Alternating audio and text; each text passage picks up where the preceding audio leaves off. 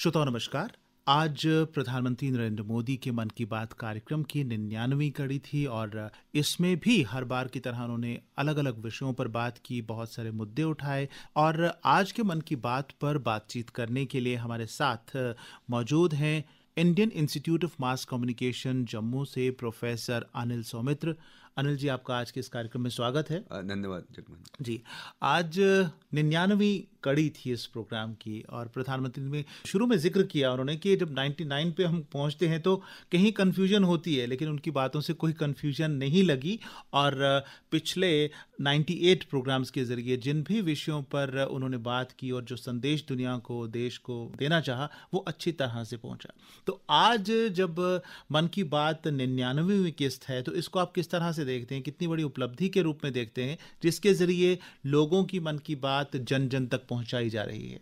जगमोहन जी, जो सबसे अच्छी और प्रेरणादायी बात मुझे लगी, जिसका जिक्र उल्लेख उन्होंने माननीय प्रधानमंत्री जी ने किया भी, कि जब 99 की बात आती है तो थोड़ा सा संशय, थोड़ा भय, और इस दरमियान उन्होंने क्रिकेट का भी संदर्भ दिया कि जब कोई बैट्समैन 99 के अंक पर पहुंचता है तो उसके मन में जो एक तनाव ज्यादा होता है, कंफ्यूजन क्या उत्सुकता की वजह से ही बहुत एक्साइटेड हो जाता है। प्रधानमंत्री जी ने जो एक बात की, हम सब लोगों के लिए प्रेरणा का विषय है कि इस तनाव या असमंजस के क्षण को भी आप आशा में कैसे तब्दील कर सकते हैं, कैसे बदल सकते हैं। तो 99 के बाद वो शतक ही बनता है जी। तो उन्होंने एक बात इंगित किया हम सब लोगों के लिए कि 99 का एक असमंजस तो रहता है, लेकिन उसमें एक उत्साह, एक प्रेरणा भी है और एक आशावादिता है कि आप 100 की तरफ जाते हैं जी। तो आगे बढ़ने का जो एक संकल्प है, आगे बढ़ने की जो एक आशा है, वो उनकी बात से हम सब लोगों को प्रेरणा के तौर पर लेना चाहिए। और ये सिर्फ उनके मन की बात नहीं है, जैसा हम लोग बार बार सुनते आ रहे हैं, उल्लेख भी किया, जिक्र भी किया है कि ये पूरे देश के मन की बात है जी। करोड़ों कोटि कोटि जन के मन की बात है। जी। प्रोफेसर साहब, प्रधानमंत्री बार बार कहते रहते हैं कि अगर आपदा भी आती है तो उसमें हमें अवसर ढूंढना है, अगर कोई कठिनाई आती है तो हौसला छोड़ना नहीं है, अपना हौसला बनाए रखना है। और आज के इस कार्यक्रम में मुझे जो सबसे अच्छी बात और महत्वपूर्ण लगी वो था ऑर्गन डोनेशन की, जो उन्होंने बात की। ऐसे माता पिता से बात की जिनके ऊपर ऐसा संकट आ गया जैसे कोई उसका सामना करना किसी के लिए भी बहुत कठिन रहता है और कुछ दिनों की बच्ची, 39 डेज की बच्ची, उसके ऑर्गन डोनेट कर देने की हिम्मत जुटा पाना और एक 63 साल की महिला द्वारा भी अपने बॉडी के पार्ट्स किसी को दे देना कितनी बड़ी बात है। और हम भारतीय परंपराओं की बात करते हैं, हम अपने ग्रंथों को अगर खोल के देखें तो उनमें भी जिक्र है कि अपने शरीर का अंग किसी को देकर नया जीवन दिया जा सकता है। तो ये ऑर्गन डोनेशन का जो आज विषय प्रधानमंत्री ने उठाया, मैं चाहता हूं कि इसके बारे में आप अपने विचार रखें, कितना महत्वपूर्ण है ये। निश्चित तौर पर जगमोहन जी, माननीय प्रधानमंत्री जी की जो मन की बात, उन्होंने अंगदान की बात की है, देहदान की बात की है, और अपने यहाँ भारत में तो ये परंपरा रही है और उसी परंपरा का उन्होंने जिक्र करते हुए ये कहा, दधीची का जिक्र किया उन्होंने, शिवी का जिक्र किया, और ऐसे बहुत सारे महापुरुष हुए हैं जो त्याग और समर्पण के कारण, दान के कारण उनकी आज कीर्ति है और हम सब को याद करते हैं। निश्चित तौर पर जैसा उन्होंने उल्लेख किया कि 2013 के वर्ष का आंकड़ा दिया कि उस समय अंगदान की एक बहुत ही छोटा आंकड़ा था, जिसमें लगभग 5,000 से कम लोग इस तरह के अंगदान के लिए या देहदान के लिए अपना नाम दर्ज कराते थे, या उस तरह का आंकड़ा है जिन्होंने किया होगा जी। लेकिन आज वो अगर 7-8 वर्षों के बीच की बात कहेंगे तो कहीं ना कहीं एक प्रेरणा, जागरूकता आई है कि व्यक्ति जिसका जन्म हुआ है उसकी मृत्यु निश्चित है जी, और उसमें कोई कुछ नहीं कर सकता जी। और ये हम भी मानते हैं कि जो शरीर है नश्वर है, आत्मा अमर है, शरीर नश्वर है और इसने तो मिट्टी में मिल जाना है या अग्नि में समा जाना है। तो जाते जाते अगर इसी शरीर से किसी का भला हो जाए तो कितनी बड़ी बात। वही बात जो उन्होंने उल्लेख किया कि हम किसी को, मतलब हम जन्म और मृत्यु के एक तरीके से हमारा भी होता है और ये शरीर उसका माध्यम है, और जैसा आपने भी कहा, सब कहते हैं कि नश्वर है जी, लेकिन हम अपने जो हमारा अंग है वो अगर हम किसी को हमारे मरने के बाद भी, मृत्यु के बाद भी, ये कितनी बड़ी बात है जी, कि जिसको हम रोक नहीं सकते हैं, मृत्यु निश्चित है, लेकिन हमारा जो अंग है वो अगर हम किसी को दान करके जाते हैं जी तो वो किसी को नया जीवन दे सकता है जी, बल्कि उसको एक तरीके से, जैसे हम कहते हैं ना कि नेत्रदान से क्या होता है, तो एक उसको नई दृष्टि मिलती है जी, और वो वर्षों तक जो अंधियारे में रहा व्यक्ति है वो उजाले का एहसास करता है जी। और हम अपना जो अंग किसी को दान देते हैं वो अंग हमेशा के लिए अमर हो जाता है। हम मर जाएंगे, अगर मैं अपना दिल किसी को दे देता हूं तो मेरा दिल मेरे मरने के बाद भी किसी के सीने में धड़कता रहेगा और मेरे एक दिल के वजह से दूसरे व्यक्ति को जीवन मिला है। अगर मैं अपनी किडनीज दे देता हूं तो मेरी 2 किडनियां 2 जीवन बचा सकती हैं। इसलिए उन्होंने उल्लेख किया कि एक व्यक्ति अगर अपना अंग दान करता है तो कम से कम 7-8 लोगों की जीवन उससे प्रभावित होता है, जीवन मिलता है उसको जी। उसको दृष्टि मिलती है, उसको देखने की शक्ति मिलती है। तो ये अपने आप में बहुत बड़ी बात है और मुझे तो ये एक बहुत ही प्रेरणादायी बात लगती है कि प्रधानमंत्री जी ने जब इस बात का उल्लेख किया है तो निश्चित तौर पर आने वाले समय में देहदान की बात हो या अंगदान की बात हो, नेत्रदान की बात हो, इसमें एक नई जागरूकता पैदा होगी और सामान्य लोगों के मन में भी इसके प्रति एक भाव पैदा होगा, जागृत होगा कि हम अपना जीवन तो चाहे जैसे भी जीते हैं, लेकिन अगर अगले जन्म को, अगले कई जन्मों को अगर सफल बनाना है तो इस जन्म में अगर हमने देहदान किया, अंगदान किया, नेत्रदान किया तो हमारा इस जीवन के कारण, इस शरीर के कारण अगला कई जन्मों की सफलता मिलती है, उसको सार्थकता मिलती है। और मन की बात इस कार्यक्रम के माध्यम से बहुत से लोगों के विचार जो हैं वो प्रधानमंत्री जी तक पहुंचते हैं और उन्हीं विचारों को साझा किया जाता है। अब देखिए, शुरू में हम लोग आदी थे सब्सिडी के, जैसे गैस की सब्सिडी थे, हम आदी थे, लेकिन लोगों के विचार प्रधानमंत्री तक पहुंचे और उन्होंने उन विचारों को लोगों तक पहुंचाया और लोग वॉलंटरली चाहते थे कि मुझे सब्सिडी की आवश्यकता नहीं है, मैं छोड़ता हूं। और वो सब्सिडी जो छोड़ी गई उससे कई गरीबों के घरों के चूल्हे जले हैं, कई माताओं को जो चूल्हा फूंक कर उनको आंखों की बीमारी, फेफड़ों की बीमारियां हो जाती थी, उनको उससे निजात मिली है। तो ये सोच विकसित करने और दूसरों को प्रोत्साहित करने का एक माध्यम है हमारा ये मन की बात का। जी जी जी। अब प्रधानमंत्री जी ने जिक्र किया नवरात्रों का, जो आजकल नवरात्रे चल रहे हैं और नवरात्रे प्रतीक हैं शक्ति के, नारी शक्ति के। माँ दुर्गा के अलग अलग आप रूप देखो, हम अष्टभुजाओं वाली माता कहते हैं। तो हमारे घर में, हमारे आसपास जितनी भी महिलाएं हैं उनको अगर हम देखें, अपनी माँ की बात करते हैं, अपनी बहन की बात करते हैं, अपनी बीवी की बात करते हैं, तो घर को चलाने में वो एक माँ का रोल अदा करती हैं, बच्चे के लिए बीवी का रोल अदा करती हैं, पति के लिए, और चाहे उन्होंने मैनेजमेंट का कोई कोर्स नहीं किया हुआ, लेकिन वो घर को किस तरह से मैनेज करती हैं।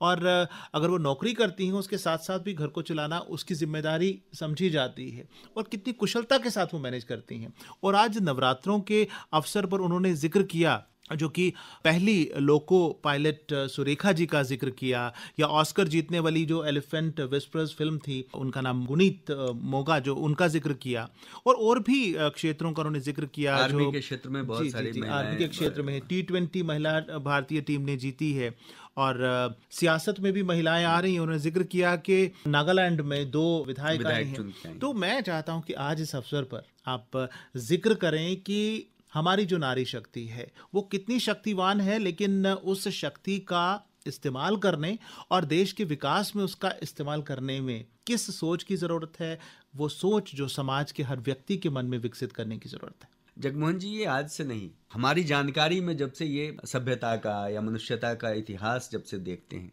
तो हर बुराई के नाश के लिए शक्ति का उपयोग होता रहा जी। और जैसा हम कहते हैं कि वो शक्ति का पर्याय ही स्त्री शक्ति के रूप में देखते हैं कि उसको अलग नहीं कर सकते हम, उसकी पर्यायवाची एक प्रकार जी जी जी। और वही बात आज भी, चाहे वो हमारा धर्म का क्षेत्र हो, संस्कृति का क्षेत्र हो, रक्षा सुरक्षा का क्षेत्र हो, पर्यावरण का क्षेत्र हो, शिक्षा का क्षेत्र हो, संस्कारों का क्षेत्र हो, सब में अगर हम देखेंगे, भारत में अगर देखते हैं, दुनिया के और देशों की बात नहीं कह सकते, क्योंकि दुनिया में तो स्त्री शक्ति को, मातृशक्ति को एक दमन, शोषण, उत्पीड़न का एक लंबा इतिहास रहा जी।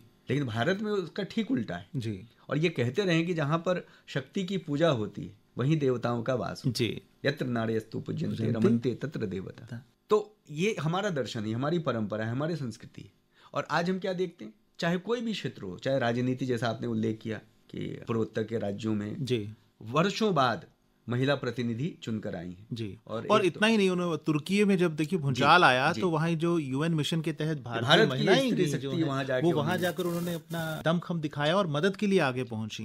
तो इसीलिए अगर बातचीत में हमको समाज की तरफ से या महापुरुषों की ये वाणी होती है कि कभी भारत विश्व का नेतृत्व करता रहा, जिसको जगत गुरु के नाम से हम लोग जानते हैं, तो उसमें कोई डोमिनेशन की बात नहीं है जी। या उसमें कोई शासन करने की बात नहीं जी। है, लेकिन एक दिशा देना जी। क्योंकि अगर सभ्यता का विकास होना है, मानव सभ्यता को अगर सुख चैन से रहना है, वो विश्व सभ्यता की बात है, तो भारत का जो दर्शन है, भारत की जो जीवन शैली है, भारत का जो तत्व ज्ञान है, वो यही सब बताता है जी। और G20 एक खास मौका है जब भारत उसकी अध्यक्षता कर रहा है और भारत ने अपने लोगों में ही वो मूल मंत्र दे दिया भारतीयता का कि वसुधैव कुटुंबकम, कि पूरी दुनिया एक परिवार है, एक कुटुंब है। और जब ये भावना दुनिया के सभी मुल्कों में विकसित हो जाएगी तो मुझे नहीं लगता कि कोई किसी का शत्रु रहेगा, किसी का दुश्मन रहेगा या किसी को बेगाना समझेगा। जब हम पूरी दुनिया को ही एक परिवार समझेंगे तो सारे अपने होंगे,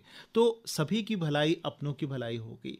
तो ये कितना अच्छा मौका है कि इस माध्यम से हम भारत का संदेश पूरी दुनिया को पहुंचाएं। सही बात है, जैसे मैंने भी जिक्र किया और हम सब दोनों जो बात कर रहे हैं तो बार बार माननीय प्रधानमंत्री जी के जो मन की बात है, जो देश के मन की बात है, जो राष्ट्र के मन की बात है, उसकी चर्चा करते हैं। तो इस चर्चा में से भी यही बात है कि चाहे वो G20 हो, वसुधैव कुटुंबकम की बात हो, या दुनिया को सही रास्ते पर जाना, उसका अस्तित्व और उसका विकास ही भारतीय दर्शन, भारतीय चिंतन और भारत ये जो मार्ग है, भारतीय जो रास्ता है, उसी पर टिका है जी।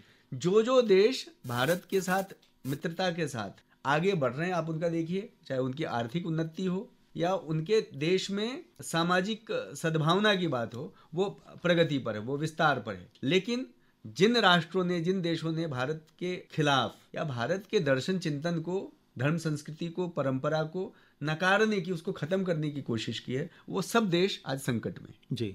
तो मुझे लगता है कि ये एक सुखदाई, सुखद और शुभ संस्कृति है जी। तत्व ज्ञान है, दर्शन है जी। जो सिर्फ हमको नहीं, ये सर्वे भवन्तु सुखिनः की बात करता है। जी। और जैसा कि आपने कहा कि इसमें किसी पर शासन करना या किसी के ऊपर अपना वर्चस्व जमाना हमारा उद्देश्य नहीं है, बल्कि हमारा उद्देश्य दुनिया को समझाना है कि सद्भाव में, सौहार्द में रहना कितना महत्वपूर्ण है। और हमारे देखिए वैदिक मंत्रों में ही अगर ध्यान से देखें तो जब हम शांति मंत्र बोलते हैं तो उसमें हम किसकी शांति कहते हैं? सर्वत्र शांति की बात करते हैं, अंतरिक्ष की शांति, वनस्पति की शांति, हर जगह शांति की बात करते हैं। तो ये शांति का मूल मंत्र दुनिया तक पहुंचाया जाए तो जितनी भी हमारी समस्याएं हैं, चाहे वो जलवायु परिवर्तन है या प्रदूषण की समस्या है, आज प्रधानमंत्री ने स्वच्छ ऊर्जा की बात की, तो स्वच्छ ऊर्जा की ओर ध्यान देना सर कितना ज़रूरी है। आज हम देखिए ग्लेशियर्स हमारे पिघल रहे हैं, धरती का तापमान बदल रहा है, बिना मौसम के बारिश हो रही है और पूरी दुनिया में देखिए अलग अलग कोनों में तूफान आ रहे हैं, जिनकी वजह से दुनिया एक प्रलय की तरफ बढ़ती जा रही है। तो इसका कारण भी हम जानते हैं, पढ़े लिखे हैं। स्वच्छ ऊर्जा का इस्तेमाल करके किस प्रकार ये जो प्राकृतिक आपदाओं की चुनौतियां हैं उनको किस प्रकार ख़त्म किया जा सकता है। प्रधानमंत्री जी ने जो क्लीन और ग्रीन एनर्जी की बात की, खास करके उसमें जो सौर ऊर्जा का जो पक्ष है, और हम सबको पता ही है कि सूर्य के कारण ही चराचर जगत में जीव का अस्तित्व है जी। अगर सूर्य कुछ देर के लिए ही सही अगर हमसे ओझल होता है या हम उससे ओझल होते हैं तो हमारा जीवन, हमारे जो दिनचर्या है वो कैसे प्रभावित होती है हम सब लोगों को पता है।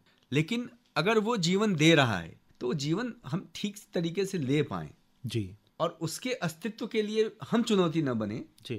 मनुष्य जो सभ्यता है वो उसके लिए चुनौती न बने।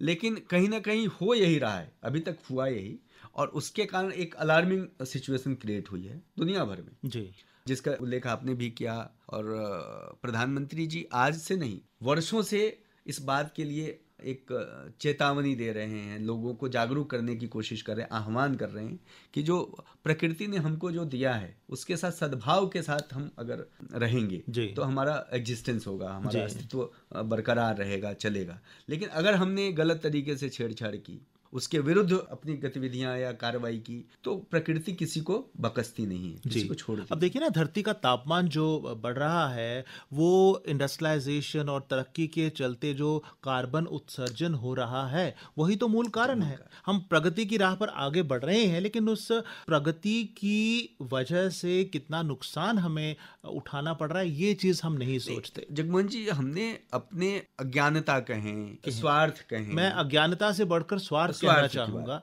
क्योंकि देखिए बचपन से हमें किताबों में प्रकृति के लिए बारे में पढ़ाया जाता है, पर्यावरण कितना जरूरी है, पेड़ पौधे कितने जरूरी हैं, लेकिन जब हमारा स्वार्थ आ जाता है कि हमें निर्माण करना है, तो एक छोटी सी बात लीजिए, अपने घर के निर्माण के लिए हमें एक पेड़ की बलि देनी पड़ती है तो हम संकोच नहीं करते कि मेरे एक पेड़ काटने से क्या हो जाएगा। लेकिन बहुत सारे ऐसे लोग भी, आप सोशल मीडिया पे देखिए, बहुत सारे ऐसे लोग हैं जिन्होंने घरों का निर्माण किया, वहाँ पेड़ था लेकिन उन्होंने घर का निर्माण ही इस तरह से किया कि वो पेड़ बचा रहे। तो ये भावना हर एक में होनी चाहिए कि हमें प्रकृति के प्रति, पर्यावरण के प्रति संवेदनशील होना चाहिए। वो सिर्फ संवेदनशीलता की बात नहीं है, ये नियम है जी कि अगर हम प्रकृति की रक्षा करेंगे तो ही प्रकृति हमारी रक्षा करेगी। अब ऐसा तो हो नहीं सकता कि हम प्रकृति को खत्म कर दें, वनस्पति को खत्म कर दें, जीव जंतुओं को खत्म कर दें और फिर उनसे हम अपेक्षा करें कि वो हमारी रक्षा करें या हमारी समृद्धि, हमारे एग्जिस्टेंस में मदद करें, तो संभव ही नहीं है। तो ये दो परस्पर है कि अगर हम प्रकृति के बारे में चिंतन करेंगे, उनकी सुरक्षा की चिंता करेंगे, तो प्रकृति निश्चित तौर पर, क्योंकि हम सब लोग भी प्रकृति का ही एक हिस्सा है जी। तो मुझे लगता है कि जो माननीय प्रधानमंत्री जी ने ग्रीन और क्लीन एनर्जी की बात की है, सौर ऊर्जा की बात की है, वो कहीं ना कहीं उनकी मंशा है कि दुनिया में जो एक प्राकृतिक संतुलन है जी, प्राकृतिक जो नियम है उसका पालन होना चाहिए। और प्रकृति के संतुलन, जिसको हम पंच तत्वों की बात करते हैं, तो वो पंच प्राण, पंच तत्व, पंच संकल्पों की बात करते हैं, प्रण की बात भी करते हैं, प्राण की बात भी करते हैं। तो हमको उसमें एक तालमेल, एक रिदम जो होता है, उसमें समभाव होना चाहिए, सद्भाव होना चाहिए। तो प्रकृति के साथ अगर एकात्मता है, सद्भाव है, एक रिदम है, तो हमारा जीवन बहुत ही सुखी और वैभव संपन्न, सुखी, शुभ होगा। ये बार बार वो इशारा कर रहे हैं और हम सब लोग, हमारे जैसे, आपके जैसे लोग हैं, करोड़ों लोग हैं जो उनकी प्रेरणा से एक अच्छे मार्ग पर और प्रकृति के दिशा में उसके अनुकूल चलने की कोशिश करते हैं। और दुनिया भी कहीं ना कहीं, जैसे G20 की बात आई है, तो मुझे लगता है कि विश्व के इतिहास में G20 का जो ये सम्मेलन होगा भारत की अध्यक्षता में, वो एक माइलस्टोन कहें उसको, ऐतिहासिक एक सम्मेलन कहें, वहां से एक नई दिशा दुनिया को मिलेगी। ये मेरी अपनी अपेक्षा भी है, आकांक्षा भी है और शुभकामना भी। जी डॉक्टर साहब, भारत अंतर्राष्ट्रीय एकता की बात करता है, सभी को साथ लेकर चलने की बात करता है, सद्भाव की बात करता है, भाईचारे की बात करता है, लेकिन कैसे विडंबना है कि हमारे देश में ही, हमारे समाज में भी कुछ ऐसी सोच और कुछ ऐसी ताकतें होती हैं जो विभाजन में यकीन रखती हैं, देश को कमज़ोर करने की कोशिश करते हैं। लेकिन हमारी परंपराओं, हमारे नियमों की अगर हम बात करें तो वो सौहार्द और सद्भाव को ही जिंदा रखते हैं। तो इसके लिए एक भारत श्रेष्ठ भारत और इस तरह के बहुत सारे कार्यक्रम चलाए गए हैं जो यूनिटी को, देश को सूत्रबद्ध करने में मददगार साबित होते हैं। ऐसे बहुत सारे आयोजन भी होते हैं जिनका प्रधानमंत्री ने आज जिक्र भी किया, जिनके जरिए देश के एक कोने को दूसरे कोने के साथ जोड़कर आपसी सद्भाव और भाईचारे की भावना पैदा करने की कोशिश की जा रही है। ये लगातार प्रयास चल रहा है और भारत के अलग अलग प्रांतों में, अलग अलग दिशाओं में, अलग अलग क्षेत्रों में लगातार प्रयास चल रहा है और यही प्रयास दुनिया के स्तर पर भी हो रहा है। जैसे वो G20 का एक, उसमें हम क्या बात करने वाले या भारत किस विषय को लाने वाला है, तो वही प्राकृतिक एकात्मता की बात है, प्रकृति में संतुलन स्थापित करने की बात है, पर्यावरणीय जो हमारे दोष आ गए हैं जी, हमारी गलतियों से, उसको दुरुस्त करने की, उसको ठीक करने की बात है। और जैसा कि आपने जिक्र किया, भारत में उन्होंने अपने मन की बात में इस बात का उल्लेख किया है कि अभी अभी काशी में काशी तमिल संगमम हुआ जी, और वहां से इस बात की शुरुआत हुई कि उत्तर और दक्षिण का कोई भेद नहीं है, हम सांस्कृतिक रूप से एक ही है। तो एक प्रकार से हम ये कह सकते हैं कि सांस्कृतिक और भाषाई पुनर्जागरण का काम हो रहा है जी, कि हम सचेत हो जाएं, हम जागरूक हो जाएं, हम एक हो जाएं जी। तो सांस्कृतिक रूप से हम एक थे, एक हैं, आगे भी हम एक बने रहें जी, इसकी ये पूरी कवायद है जी। और उन्होंने अपनी बातचीत में जो गुजरात के अलग अलग क्षेत्रों में सौराष्ट्र तमिल संगमम की बात की, तो मुझे लगता है कि आने वाले समय में, चाहे वो सुदूर उत्तर की बात हो या उत्तर पूर्व की बात हो या पश्चिम क्षेत्रों की बात हो, चाहे सुदूर दक्षिण की बात हो, तो भारत के एकीकरण की बात बीच बीच में होती रही है, और हम सबको पता ही है कि पूज्य शंकराचार्य जी ने कहाँ दक्षिण से, सुदूर दक्षिण से लेकर सुदूर उत्तर तक को एक करने की बात की है। तो मुझे लग रहा है कि प्रधानमंत्री जी उन्हीं सब बातों को एक तरीके से, उसको जिसको हम लोग कहते हैं कि पुनर्जागरण हो रहा है जी। कहीं दब गई छुप गई बातें हैं, सकारात्मक बातें हैं, उसको फिर से लाने की, हमारे जीवन में, हमारी प्रेरणाओं में, हमारे बीच में लाने की कोशिश कर रहे हैं, ताकि हम सब लोग उस दिशा में जाएं जिस दिशा में एकत्व की प्राप्ति होती है जी। विकास, उत्थान, उन्नति, वैभव, शुभ की कामना है, तो हम जहाँ शुभ की तरफ जाने की तरफ प्रवृत्त हो रहे हैं। तो ये मुझे लग रहा है कि ये भारत के लिए नहीं, दुनिया के लिए बहुत ही एक शुभंकर स्थिति का निर्माण हो रहा है जी। और देखिए, भारत में इतनी विविधता है, चाहे आप भाषा की बात करें, खान पान की बात करें, बोली की बात करें, वेशभूषा की बात करें, ये जो हमारी विविधता है ये हमें बांटती नहीं है, बल्कि ये हमारी शोभा है, हमारी पहचान है। क्योंकि इस विविधता के बावजूद भी हमें एक होना है। हम एक थे, एक हैं, एक रहेंगे। लेकिन जो विभाजनकारी तत्व हैं, ताकतें हैं, जो भाषा, बोली या प्रांत के नाम पर बांटने की कोशिश करते हैं, उनको हमने मुंह तोड़ जवाब देना है, ये जानकर, ये पहचान कर कि ये विविधता हमारी खूबसूरती है, ना कि हमें बांटने वाली कोई चीज़ है। जगमोहन जी, मेरी अपनी व्यक्तिगत मान्यता भी है, और ये मान्यता भी कहीं ना कहीं देश के जो महापुरुष रहे हैं और वर्तमान में जो बड़े बड़े काम जिन महानुभावों के माध्यम से हो रहा है, प्रधानमंत्री जी उसमें एक श्रेष्ठ महानुभाव, महापुरुष हैं। अब ये बुरी शक्तियों का, नकारात्मक वृत्तियों के समापन का समय है। अब वो चलेगा नहीं जी। अब सद्वृत्तियों का, शुभ प्रवृत्तियों का, सकारात्मक दृष्टियों का समय आ चुका है जी। अब हमको लग रहा है कि आज से हो सकता है 10 साल पहले, 15 वर्ष पहले आप देखते होंगे कि बुरी शक्तियों में एक अजीब तरह का उत्साह का माहौल जी, उनका ही संगठन होता था, उनके बीच उत्साह और आशा का भाव देखते थे, और जो सकारात्मक लोग हैं, सज्जन लोग हैं, वो कहीं हताश, निराश। ये अब उल्टा हो गया जी। अब जो बुरी शक्तियां हैं, नकारात्मक जो प्रवृत्ति रखने वाले लोग हैं, वो कहीं पीछे हट रहे हैं। उनको लग रहा है कि अब हमारा समय शायद खत्म हो गया है जी। अब ये शुभ का दर्शन करने वाले, शुभ का विचार करने वाले, सदप्रयास करने वाले सज्जन शक्तियों का समय अब आ गया है। और मुझे लग रहा है कि भारत ही नहीं, ये दुनिया में ये प्रवृत्ति बढ़ रही है और सज्जन शक्तियां इकट्ठा हो रही हैं। तो मुझे तो स्पष्ट दिख रहा है कि आने वाले बहुत कम समय में ही दुनिया अच्छे मार्ग पर चलेगी। और जो संकट हमको, समस्याएं दिख रही हैं, कई महापुरुषों ने कहा भी है कि दुनिया की समस्याएं भारत में आती ही खत्म होने के लिए जी जी जी। तो अगर वो भारत में आई हैं, चाहे वो आतंकवाद हो, चाहे विभाजन की शक्तियां हों, चाहे हमारे आपस के वैमनस्य की स्थिति हो, ये सब खत्म होने के लिए आई हैं। और मुझे लगता है कि भारत में अगर खत्म होंगी तो वहां से फिर नई स्थिति का निर्माण होता है कि सकारात्मकता है, सद्भाव है, सद्वृत्तियां हैं, विकास जिसको हम कह रहे हैं कि डेवलपमेंट, जिसको हम सात्विक और पवित्र विकास की बात करते हैं जी। जिसके कारण और जिसके माध्यम से ये अस्तित्व ठीक तरीके से चलायमान होगा, संचालित होगा। और उसमें प्रकृति की बहुत बड़ी भूमिका है कि हम प्रकृति के साथ जब एक रस हो जाएंगे, तालमेल हो जाएगा। और उसी में आपने बहुत अच्छी बात कही, विविधता वाली बात जी, कि अगर हम फूलों की ही बात करें तो अगर एक गुलाब के अगर बाग हो, बगीचा हो, उसकी खूबसूरती उतनी नहीं है जिस उस बगीचे में, उस बाग में, फुलवारी में भांति भांति के विविध प्रकार के विविध रंगों के फूल हों जी। तो उसकी जो खुशबू होगी, उसका जो रंग होगा, उसका जो दृश्य बनेगा, वो इतना मनोहारी होता है जी। तो मुझे लग रहा है कि ये जो हम सबके बीच के विविधता की बात है, वो तो सौंदर्य है जी। तो ये सौंदर्य और बढ़ने वाला है जी। डॉक्टर साहब, बहुत बार ऐसा भी देखने में आता है कि जो विभाजनकारी तत्व होते हैं या उपद्रवी तत्व होते हैं, वो हमारी कमियों, खामियों को उजागर करके लोगों को भड़काने का काम करते हैं। मेरे पास नौकरी नहीं है, मेरे पास रिसोर्सेज नहीं है, मेरे पास फलां नहीं है, या मुझे उतनी सम्मान नहीं मिल रहा, मुझे उतनी मान्यता नहीं मिल रही, उस आधार पर लोगों को बांटने और उपद्रव मचाने की कोशिश करते हैं।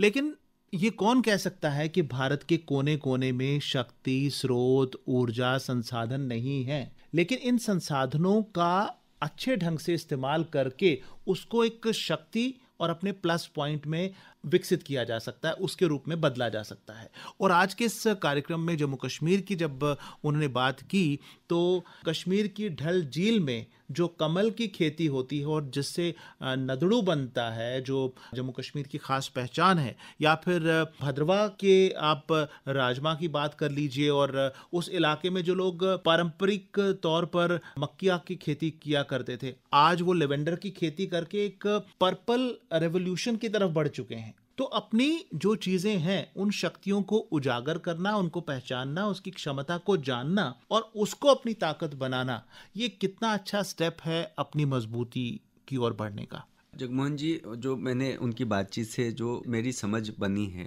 उसमें वो बार बार ये कह रहे हैं कि हम अपनी परंपराओं को भी जीवित रखें और आधुनिकता या जो नवाचार है जी उसको भी ग्रहण करें। जी तो परंपरा के साथ, जैसे हम कहते हैं कि वो हमारी परंपराएं सनातन परंपराएं प्राचीन लंबे बहुत समय से चली आ रही हैं, तो चिर पुरातन है वो जी। लेकिन उसमें साथ साथ जिसको हम कहते हैं कि देश काल और परिस्थिति, तो उस देश काल के अनुसार, परिस्थितियों के अनुसार उसमें हमेशा संशोधन भी हो रहा है जी उसमें परिवर्तन भी हो रहा है। तो हम जो शुभ और सकारात्मक परिवर्तन है, बदलाव है, उसको भी बहुत अच्छे तरीके से ग्रहण करते हैं, स्वीकार करते हैं, धारण करते हैं। तो उसी में बातचीत में उन्होंने एक बात कही है कि कश्मीर और कमल का उन्होंने उल्लेख किया। जी कमल की खेती बहुत, वो जो डल झील हमारे सौंदर्य और पर्यटन का एक केंद्र है, उसको उन्होंने कहा कि उसको बचाते हुए, उसको संरक्षित करते हुए अगर वहाँ से कोई आर्थिक उन्नयन का काम भी हो रहा है और कश्मीर के लोगों के लिए अगर आर्थिक तौर पर किसी तरीके से वो लाभदायक है, हितकारी है,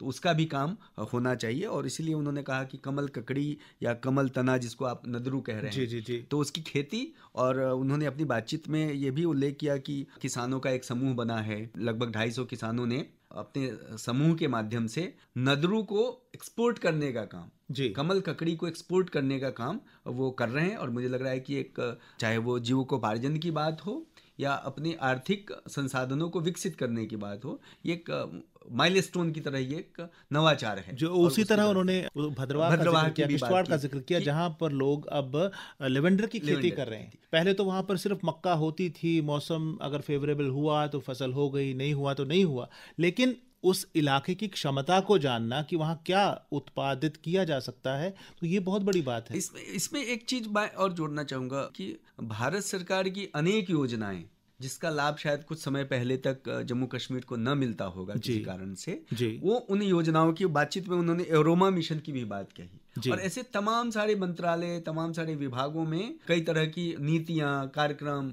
योजनाएं हैं जी जिसका लाभ अब जम्मू कश्मीर को मिलने लगा है। तो मुझे लग रहा है कि जम्मू कश्मीर के लोगों के लिए भी एक अच्छा अवसर है कि वो भारत सरकार की जो नीतियां हैं उसको ग्रहण करें, उसको धारण करें। और जैसे आज के कार्यक्रम में हमने विविधता में एकता की बात की और सद्भाव और भाईचारे की बात की, समय तो इतना नहीं है कि हम इस बातचीत को जारी रखें, लेकिन मैं वो जिक्र ज़रूर करना चाहूँगा, जैसा प्रधानमंत्री ने आज के कार्यक्रम में कहा कि माँ शारदा का जो भव्य मंदिर कुपवाड़ा में बना है, और उस मंदिर के निर्माण में गैर हिंदू लोगों ने सहयोग दिया है। यही तो हमारी शक्ति है, यही तो हमारी पहचान है कि हम हर धर्म के जो लोग हैं वो मिलकर रहना चाहते हैं, एक दूसरे की भावनाओं की हम कद्र करते हैं, एक दूसरों की जो मान्यताएं हैं उसका सम्मान करते हैं। यही हमारे देश की सबसे बड़ी खूबसूरती है। जगमोहन जी, मैं अपनी तरफ से भी, जो श्रोता हैं उनकी तरफ से भी माननीय प्रधानमंत्री जी का बहुत बहुत धन्यवाद देना चाहूँगा कि उन्होंने अपनी बातचीत शुरू की थी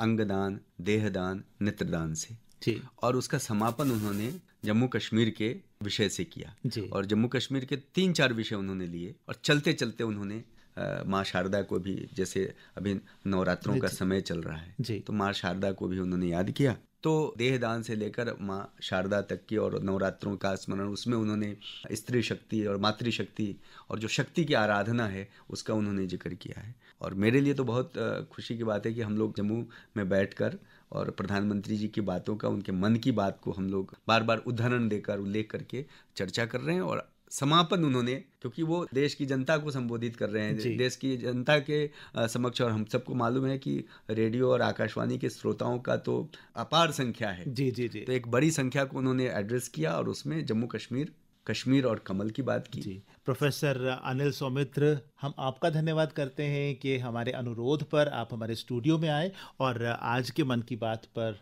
बातचीत की। आपका अवसर बहुत देने के बहुत लिए धन्यवाद। आपका भी बहुत बहुत धन्यवाद जगमोहन जी। धन्यवाद।